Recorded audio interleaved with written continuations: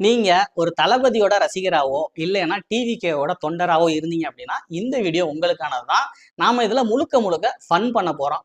அது என்ன அப்படின்னு கேட்டீங்கன்னா, நம்மளோட தளபதி விஜய் அவர்கள் தமிழக வெற்றி கழகம் அப்படின்னு சொல்லிட்டு ஒரு கட்சி ஆரம்பிக்கிறேன் அப்படின்னு சொன்ன உடனே நாம் தமிழர் கட்சியோட தலைமை ஒருங்கிணைப்பாளராக இருக்கக்கூடிய சீமான் அவர்கள் வந்துட்டு நம்ம தளபதி அவர்களுக்கு பெரிதும் ஆதரவு தெரிவிக்கிறாரு.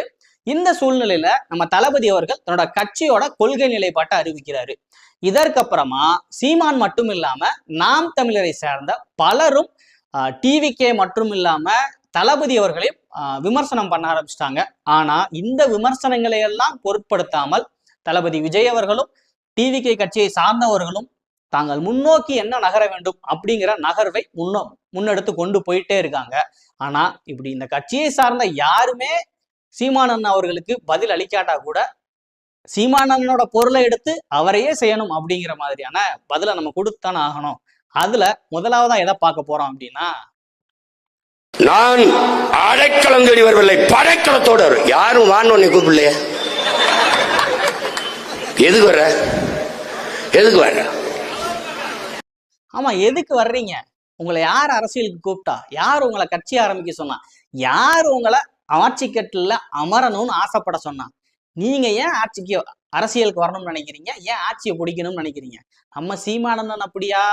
அவரோட நாம் தமிழர் கட்சியோட தலைவராக இருக்கக்கூடிய, அதாவது தமிழினத்தின் தலைவராக இருக்கக்கூடிய பிரபாகரன் சீமானவர்களை அரசியலுக்கு வாங்கன்னு கூப்பிட்டாரு. அவர் மட்டுமா, ஒட்டுமொத்த தமிழ் சமூகமும் சேர்ந்து சீமானந்தன் அவர்களை நீங்க அரசியலுக்கு வாங்க, தமிழ் மக்களை காப்பாத்துங்க, நீங்க ஆட்சி கட்டில அமர்ந்தா மட்டும்தான் தமிழர்களுக்கான விடிவு காலம் இருக்கு அப்படின்னு தமிழ் மக்கள் எல்லாம் ஒண்ணு சேர்ந்து கூப்பிட்டதுனால சீமானந்தன் வந்து அரசியலுக்கு வந்தாங்க. நீங்க ஏன் அரசியலுக்கு வந்தீங்க?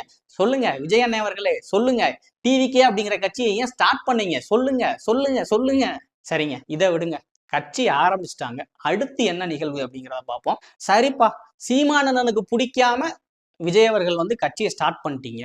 ஸ்டார்ட் பண்ணதுக்கு அப்புறம் உங்களோட கொள்கை நிலைப்பாடு என்ன அப்படிங்கிறத சீமானந்தன் என்ன கொஸ்டின் கேட்கிறாரு தெரியுமா? திராவிடம் என்றால் என்ன, தமிழ் தேசியம் என்றால் என்ன, இதற்காக திராவிடம் என்றும் இதற்காக தமிழ் தேசியம் என்றும் விளக்கம் யார் சொல்லுவா? தலைவரா இல்ல கீழே இருக்கிற தம்பிகளா தங்கைகளா? யார் விளக்கம் சொல்லுவா? அதுதானே, திராவிடம்னா என்ன, தமிழ் தேசியம்னா என்ன, இது ரெண்டுக்குமான அர்த்தம் என்ன, இதை யார் சொல்லுவா? தமிழக வெற்றி கழகத்தோட தலைவரா இருக்கக்கூடிய விஜய் அவர்களா, இல்லைன்னா அவருக்கு கீழே இருக்கக்கூடிய அவரோட தங்கைகளா? யார் சொல்ல போறா? சொல்லுங்க, யார் சொல்ல போறா? சரி விடுங்க, அடுத்ததா என்ன கொஸ்டின் கேட்கிறார் தெரியுமா? திருவள்ளுவன் திருக்குறள்ல கற்பிக்காத வாழ்வியலை திராவிடம் கற்பிச்சார். அதுதானே, திருவள்ளுவர் திருக்குறள்ல கற்பிக்காத வாழ்வியலை திராவிடம் கற்பிச்சிருச்சா அப்படின்னு கேட்கிறாரு. இதுக்கான பதில் உங்ககிட்ட இருக்கா? சரி, அதை விடுங்க. மூணாவதா என்ன கொஸ்டின் கேட்கிறாரு தெரியுமா? திராவிடன் நான் எது, நீ யார் என்னை திராவிடன் சொல்லு, என்னை என்ன அடையாளத்தோட 50,000 ஆண்டுகளுக்கு மூத்தவன் என்னை நீ எப்படி இந்த தமிழனை நீ திராவிடன் ஆக்குவ? அதுதானே, எங்க அண்ணன் சீமான திராவிடன் சொல்றதுக்கு நீங்க யாரு? 50,000 ஆண்டுகளுக்கு முன்னால் தோன்றிய ஒரு தமிழனை நீங்க எப்படி திராவிடன்னு சொல்லலாம் அப்படின்னு சொல்லிட்டு சீமான் அண்ணன் கேட்கிறாரு. இதற்கு உங்களோட பதில் என்ன? விஜய் அண்ணன் சொல்லுங்க, இல்லைன்னா டிவிக்கே தொண்டர்களை சொல்லுங்க அப்படின்னு கேட்கிறாரு. இதுக்கு நம்ம பதில் என்ன அப்படின்னு கேட்டீங்கன்னா, உலக பொதுமுறையாம் திருக்குறள், இந்த திருக்குறள்ல இல்லாத விஷயம் திராவிடத்துல என்ன இருக்கு அப்படின்னு கேட்கிறாரு. கரெக்டு தானே? இந்த திருக்குறளை யாரு தமிழர்களுக்கு கொண்டு வந்து சேர்த்தது?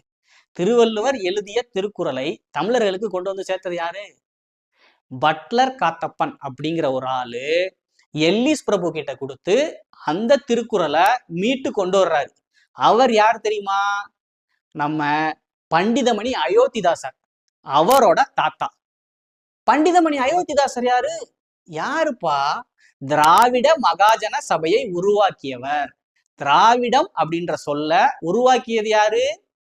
திருக்குறளை நமக்கு கொடுத்த குடும்பத்தை சார்ந்த ஒருவர் தான் திராவிடம் அப்படிங்கிற சொல்ல உருவாக்கி இருக்காரு. 1891 திராவிட மகாஜன சபை அப்படிங்கிற ஒரு சபையை உருவாக்கியவர் அயோத்திதாச பண்டிதர். அவர் தமிழரா இல்லையா? அவர் தமிழரும் திராவிடரும் வேறு கிடையாது அப்படிங்கிறத அவரோட ஒரு பைசா தமிழன் அப்படிங்கிற நூல்லையும் தெல்ல தெளிவா விளக்கியிருக்காரு. சீமானந்தன் மட்டும் இல்லாம திராவிடம் திராவிடம் திராவிடம்னு திராவிடத்தை குறை சொல்லிட்டு இருக்கீங்களே நாம் தமிழரை சேர்ந்த தொண்டர்கள், நீங்க அந்த அயோத்திதாசரை பத்தி படிச்சு தமிழரும் திராவிடரும் வேற வேற கிடையாது அப்படிங்கிற விஷயத்த தெளிவா தெரிஞ்சுக்கோங்க. சரி, அடுத்து நம்ம சீமானந்தன் வந்துட்டு நம்ம தளபதி விஜய் அவர்களை யாரோடெல்லாம் ஒப்பிட்டு பேசியிருக்காருன்றத பார்க்கணும்ல. சரி வாங்க பார்க்கலாம். ஐயா விஜயகாந்த பாத்துக்க, மனசுல இருந்து பேசுவாப்ல, மக்களின் மொழியிலே பேசுவாரு. விஜயகாந்த் அவர்களை பார்த்துக்கோங்க. அவர் மனசுல இருந்து பேசக்கூடிய ஆளு, மக்களின் மொழியில பேசக்கூடிய ஆளு. அதனாலதான் அவரோட இறப்புக்கு கிட்டத்தட்ட எம்ஜிஆர் அவர்கள் இறந்தப்ப எவ்வளவு மக்கள் கூட்டம் வந்ததோ அந்த அளவுக்கு மக்கள் கூட்டம் வந்தது. அந்த அளவுக்கு மக்களுக்கு நல்லது செய்யக்கூடிய கருணை உள்ளம் கொண்ட ஒரு மனிதர் தான் விஜயகாந்த் அவர்கள். இது தமிழக மக்கள் எல்லாருக்கும் தெரிஞ்ச விஷயம். இததான் சீமானண்ணே சொல்றாரு. அவரிடத்துக்கு விஜய் அண்ணே வர முடியுமா? முடியாதுப்பா, கண்டிப்பா முடியாது. ஆனா அந்த விஜயகாந்த் சார் அவர்களை பத்தியே நம்ம சீமானண்ணன் என்ன சொல்லியிருக்காரு அப்படிங்கிறத பார்க்கணும்ல. லூசு பயலுக, அந்த கூட்டணிக்குள்ள இருக்கிற நல்லகனுக்கு கால் கட்ட மயிர் அளவுக்கு பெறுவானாடா விஜயகாந்த். முதலமைச்சருக்கு எத்தனை எழுத்துன்னு சொல்ல சொல்லு, பதவியே கொடுத்துருவோம். என்னன்னு மக்கள் மனச புரிஞ்சுக்கிட்ட ஒரு தலைவனை இவ்வளவு கேவலமா பேசலாமாண்ணே? சீமானண்ணே, நீங்க என்னன்னே அரசியல் பண்றீங்க? உங்களுக்கும் அரசியலுக்கும் ஃபர்ஸ்ட் ஒத்து போகுமாண்ணே? சரி, இதை விடுங்க. அடுத்ததா நம்ம சீமானண்ணன் விஜய் சார் கிட்ட என்ன கொஸ்டினை வைக்கிறார் அப்படிங்கிறத பார்க்கலாமா? என்னுடைய அன்பு சகோதரன் அஜித்தும் ஐயா ரஜினிகாந்த் அவரும் தங்கள் புகழை வியாபாரம் செய்ய விரும்பவில்லை. ஆமாப்பா, தமிழ் சினிமால அஜித் சாருக்கு மாதிரி விசுவாசம் கொண்ட ரசிகர்கள் வேற யாருக்குமே கிடையாது. இதை நாங்க ஒத்துக்கிறோம். ரெண்டாவதா ரஜினி, நம்ம தலைவர், அவரை பத்தி சொல்லவே தேவையில்ல. அவரை கடவுளா ஒரு காலத்துல கொண்டாடாத ரசிகனே இருக்க மாட்டான். அப்படியாப்பட்ட ரசிகர் பட்டாளங்களை கொண்ட இவங்க ரெண்டு பேருமே அதை வச்சு ஆதாயம் தேட விரும்பல அப்படின்னு நம்ம சீமானண்ணே சொல்றாரு. இப்படி சொன்ன நம்ம சீமானண்ணே நம்ம தலைவர் ரஜினி அவர்களை என்ன சொல்லியிருக்காரு நம்ம பார்ப்போமா? மலைக்கு போறதை விட்டுவிட்டு இந்த வேலை உங்களுக்கு வேண்டாம் நம்ம சொன்னா கேட்கறது இல்ல. நான் வருவேன், ஒரு வெற்றிடம் இருக்கிறது, சுடுகாட்டில் கூட நிறைய வெற்றிடம் இருக்குது, வெற்றிடம் இருக்குது, என்னத்த வெற்றிடம் இருக்குது? ஏன்னே இவ்வளோ பெரிய ரசிகர் பட்டாளம் வச்சிருந்த ஒரு மாபெரும் தலைவரை, இந்த சினிமா துறையே தூக்கி கொண்டாடிய ஒரு தலைவனை வெற்றிடம் இருக்குது, சுடுகாட்டுல போய் படுங்கன்னு நீங்க சொன்னதுக்கு அப்புறம் எப்படின்னே அந்த மனுஷன் அரசியலுக்குள்ள வருவாரு?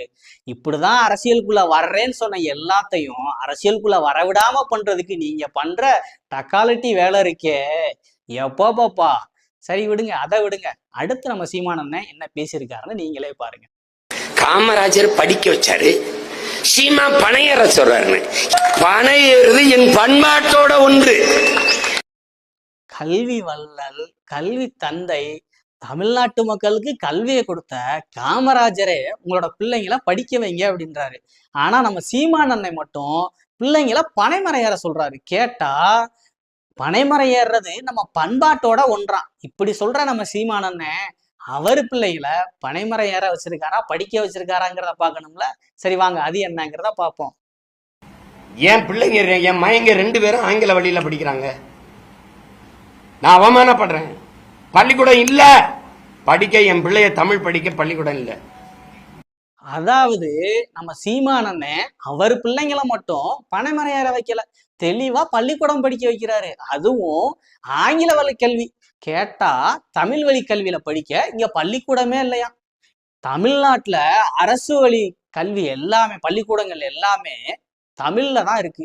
இதை விட்டுட்டு தமிழ்ல படிக்கிறதுக்கு இங்க பள்ளிக்கூடங்களே இல்லை. அதனாலதான் என் பிள்ளைகளை வந்துட்டு ஆங்கில வழி கல்வியில படிக்க வைக்கிறேன் அப்படின்னு சொல்லிட்டு என்னமா புழுகிறாரு பாருங்க. இப்படி புழுகிற சீமானண்ணே நம்ம தளபதி அவர்களை பத்தி பேசுறதுக்கு என்ன தகுதி இருக்கு? நீங்களே சொல்லுங்க.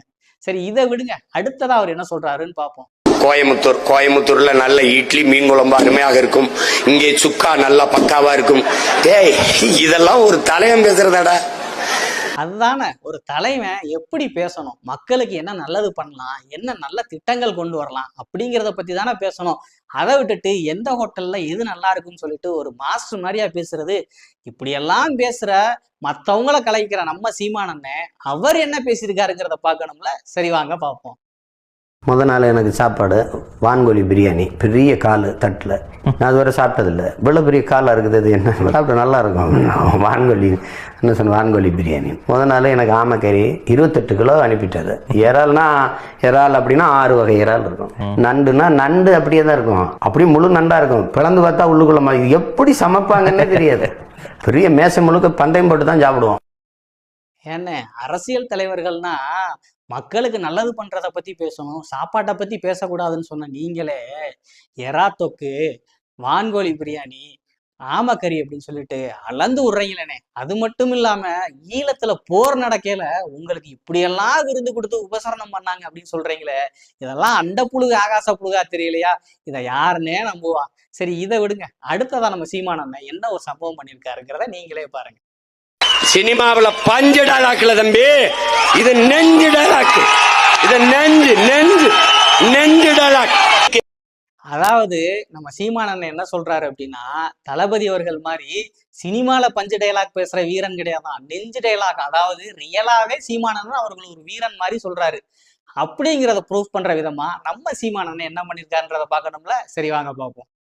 3 போடுவோம். 3 செட் 50 போடுவீங்க, 100 போடுவீங்க. சில சமயம் 2 பேரும் வெறியாச்சுன்னா 1000 தடவை அதை போடுவோம்.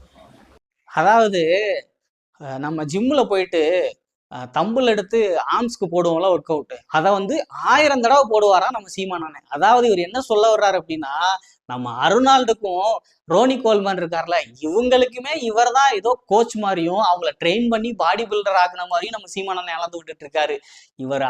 இவர் புழுவுக்கு ஒரு அளவே இல்லாம போச்சுன்னு நினைக்கிறேன். இந்த வீடியோ உங்களுக்கு பிடிச்சிருந்துச்சுன்னா மறக்காம நம்ம சேனலை சப்ஸ்கிரைப் பண்ணுங்க, லைக் பண்ணுங்க, கமெண்ட் பண்ணுங்க. முக்கியமா உங்களோட ஃப்ரெண்ட்ஸ்ல யாராவது விஜய் ஃபேன்ஸாவோ டிவிக்கு தொண்டர்களாவோ இருந்தாங்க அப்படின்னா இந்த வீடியோ மறக்காம உங்களுக்கு ஷேர் பண்ணி விடுங்க. மீண்டும் அடுத்த வீடியோல உங்களை சந்திக்கிறேன்.